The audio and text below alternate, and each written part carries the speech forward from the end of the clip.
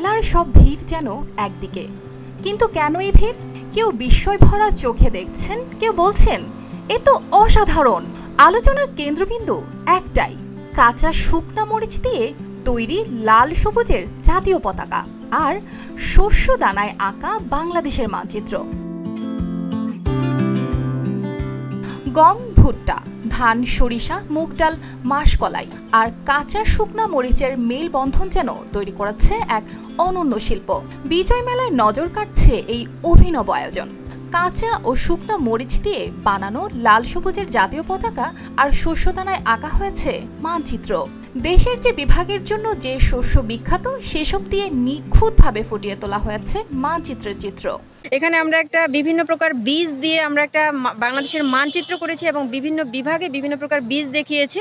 আসলে এটা মূলত হচ্ছে যে বিভাগে যে ফসলটা বেশি উৎপন্ন হয় সেটা মূলত প্রতিনিধিত্ব করে।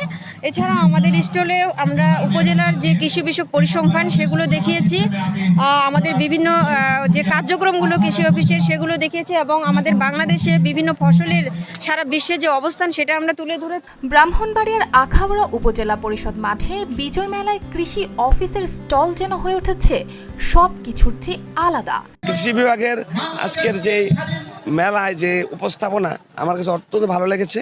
সবচেয়ে আকর্ষণীয় অংশ হলো শস্য বীজ দিয়ে তৈরি বাংলাদেশের মানচিত্র। ধান, গম, সরিষা, ভুট্টা সহ বিভিন্ন শস্য দিয়ে দেশের মানচিত্রে তুলে ধরা হয়েছে বিভাগ ভিত্তিক বিখ্যাত শস্য। এটি দেখে দর্শনার্থীরা যেমন আনন্দিত তেমনি প্রশংসায় ভরিয়ে দিয়েছেন আয়োজকদের। অনেক ভালো লাগতেছে।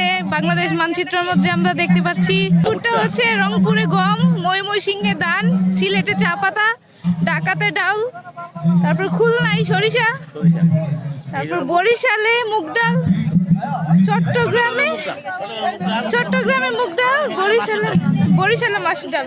উপজেলা কৃষি কর্মকর্তা তানিয়া তাবাসসুম জানান, এই মানচিত্রের মাধ্যমে স্কুলের শিক্ষার্থীদের দেশের বিভিন্ন শস্য সম্পর্কে জানানো হচ্ছে। কোন বিভাগে কোন শস্য বেশি উৎপাদিত হয় সেটি সহজে বোঝানোর জন্যই এই উদ্যোগ। পাশাপাশি কৃষকদের নতুন জাতের ধানের বীজ সম্পর্কে পরামর্শ দেওয়া হচ্ছে।